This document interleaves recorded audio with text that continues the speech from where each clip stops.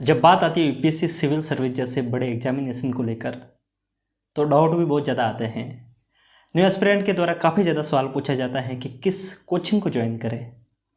Coaching को लेकर काफ़ी ज़्यादा डाउट आना लाजमी भी हैं, क्योंकि यूपीएससी की कोचिंगें आमतौर पर काफ़ी ज़्यादा महंगी होती हैं।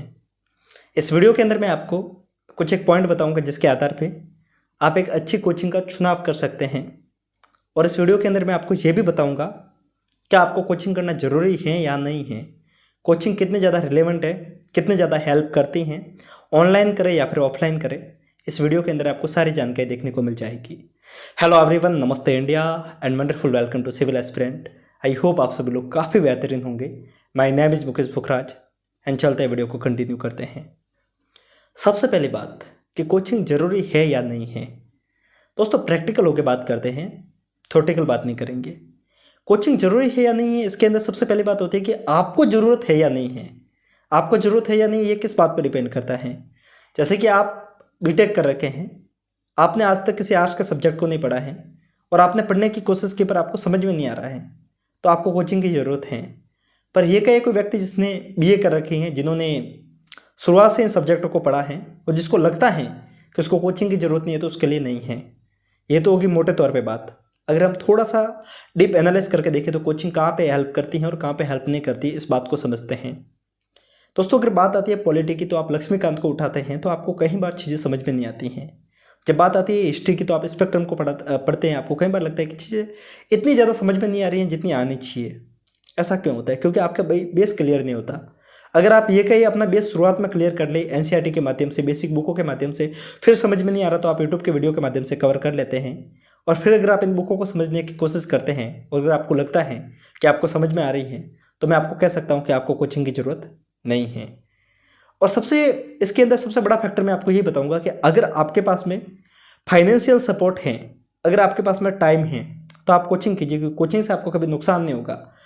कोचिंग जरूरी है या नहीं है, ये सवाल यूजुअली उन एस्पिरेंट के द्वारा पूछा जाता है जिनकी फाइनेंशियली कंडीशन अच्छी नहीं है, जो ये सोच के पैसा खर्चना चाहते हैं कि उनका जो फाइनेंशियल जो पैसा कहीं पर वो डालेंगे उसका कॉस्ट इफेक्टिव रूप से रिजल्ट कितना निकलेगा।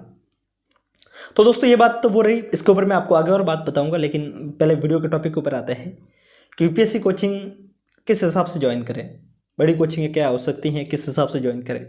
कुछ एक आपको पॉइंट बताऊंगा, कहीं ना कहीं लग सकता है कि आपको गलत लगे, लेकिन प्रैक्टिकल होकर बात करेंगे तो आपको समझ में आएगा कि कौन कौन सी कोचिंग को ज्वाइन करना है, कौन कौन सी कोचिंग को ज्वाइन नहीं करना है। सबसे पहली बात, उस कोचिंग को, किसी भी कोचिंग को ज्वाइन करते वक्त इस बात को कभी मत देखिएगा कि उनके शॉर्ट्स वीडियो कितने ज़्यादा वायरल हैं, उनके यूट्यूब के ऊपर कितने ज़्यादा सब्सक्राइबर हैं। इस बात को आप प्रैक्टिकल होकर समझिएगा, क्योंकि वायरल होना अपने आप में एक बड़ी बात है और अच्छा होना अपने आप में एक बड़ी बात है। बहुत सारी बड़ी बड़ी कोचिंग हैं दिल्ली की जिनके आप नाम तक नहीं जानते होंगे, लेकिन उनके रिजल्ट बहुत ज़्यादा अच्छे हैं। और बहुत सारी कोचिंग हैं जिनके पास में सब्सक्राइबर बहुत ज़्यादा हैं, बड़े बड़े नाम हैं, पर रिजल्ट बहुत ज़्यादा नहीं है। तो इस बात को आपको पहले समझना होगा कि आपको क्या देखना है। सेकंड थिंग, कोचिंग ज्वाइन करते वक्त इस बात को जरूर देखिएगा कि दिल्ली आना कोई ज़रूरी नहीं है। अभी जो रीजनल सेंटर है, मैं आपको विश्वास के साथ में कर रहा हूँ, जो रीजनल सेंटर जो कि दिल्ली की ब्रांच के द्वारा चल रहे हैं, जिसके अंदर उस रीजनल सेंटर को ही ज्वाइन कीजिएगा जो इस बात को बोलते हैं कि उनकी फैकल्टी ऑल ओवर इंडिया में सेम रहती हैं। ऐसी कोचिंग को ज्वाइन करने का कोई फ़ायदा नहीं है जिसके अंदर रीजनल सेंटर के टीचर अलग हैं, दिल्ली के सेंटर के टीचर अलग है, तो सीधी सी बात है क्वालिटी कम ज़्यादा होगी। कुछ एक सेंटर में आपको बताता हूँ जिनके कोचिंग के जो टीचर है वो अप डाउन होते रहते हैं। जैसे कि आप देख सकते हैं KG खान स्टडी ग्रुप, जहाँ के टीचर आपको देखने को मिलते हैं कि लगभग ऑल ओवर इंडिया में एक जैसे ही हैं, हर जगह पर टीचर चेंज होते रहते हैं। आप सुब्रा रंजन IAS का नाम भी देखा होगा आपने, जिनके सेंटर भी आपको काफ़ी ज़्यादा रीजनल देखने को मिलते हैं। उनके भी टीचर अलग अलग जगह पे चेंज होते हैं। बाकी टीचरों में दृष्टि IAS की बात बोलते हैं तो ये कहते हैं कि उनके चेंज होते हैं, लेकिन जब मैंने दृष्टि IAS की जो जयपुर ब्रांच से यहाँ पे बात की तो इन्होंने मुझे बताया कि टीचर सारे चेंज नहीं होते हैं, कुछ एक टीचर चेंज होते हैं, बाकी सारे टीचर जो जयपुर के हैं वो जयपुर में पढ़ाते हैं, दिल्ली के हैं वो दिल्ली में पढ़ाते हैं। तो ये तो बात रही टीचर को लेकर। सेकेंड थिंग, आपको फीस स्ट्रक्चर को भी देखना है कि क्या आपके लिए सूटेबल है या नहीं है।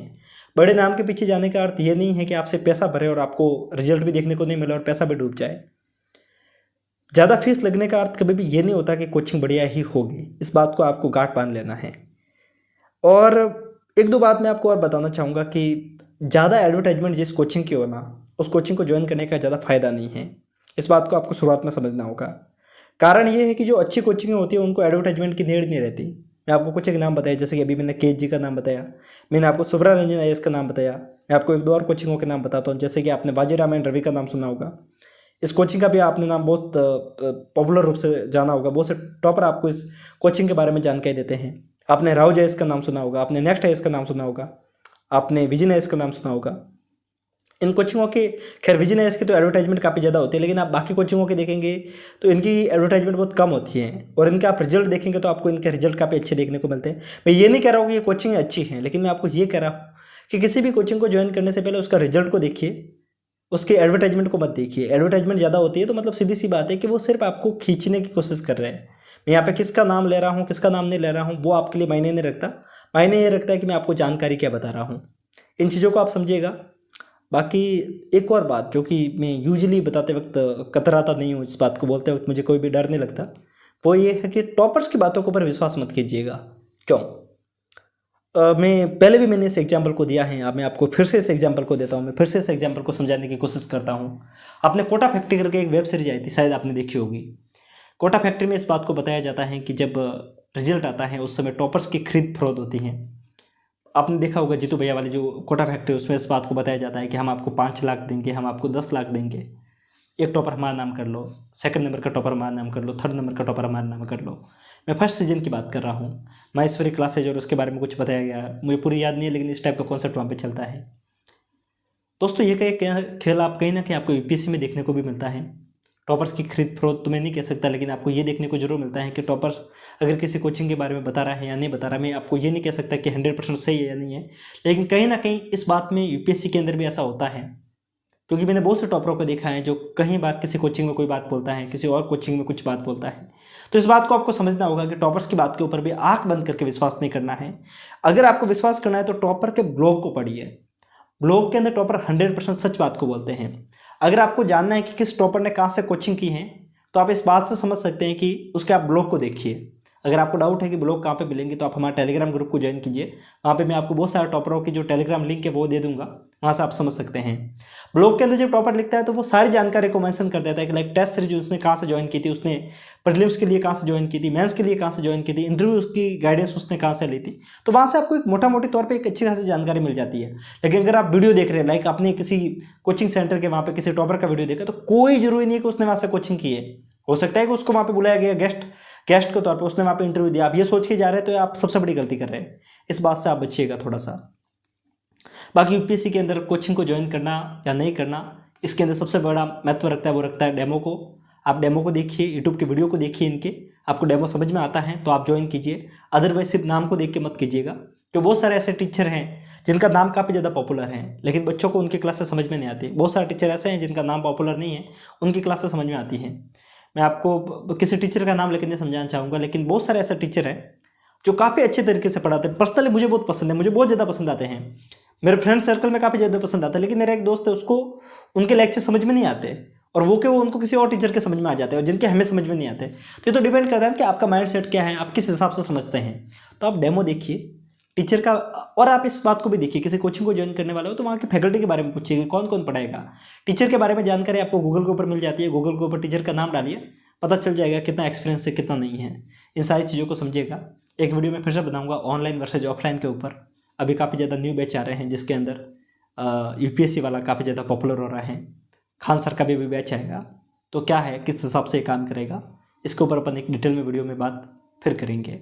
इस वीडियो के माध्यम से मैंने आपको एक मोटा मोटी तौर पे जानकारी बताने की कोशिश की है। कोचिंग ज्वाइन करने के रिगार्डिंग कोई भी अगर आपको डाउट है तो आपको मैं नीचे अपने इंस्टाग्राम अकाउंट के लिंक दे दूँगा, आप वहाँ पे आके डायरेक्ट हमसे जुड़ सकते हैं और इन सारी बातों को समझ सकते हैं। मिलते हैं, तब तक के लिए हंसते रहिए, मुस्कुराते रहिए, साथ साथ में पढ़ते भी रहिए। फिर मिलेंगे किसी और दिन, किसी और रोज़, किसी और टॉपिक के साथ में। तब तक के लिए जय हिंद।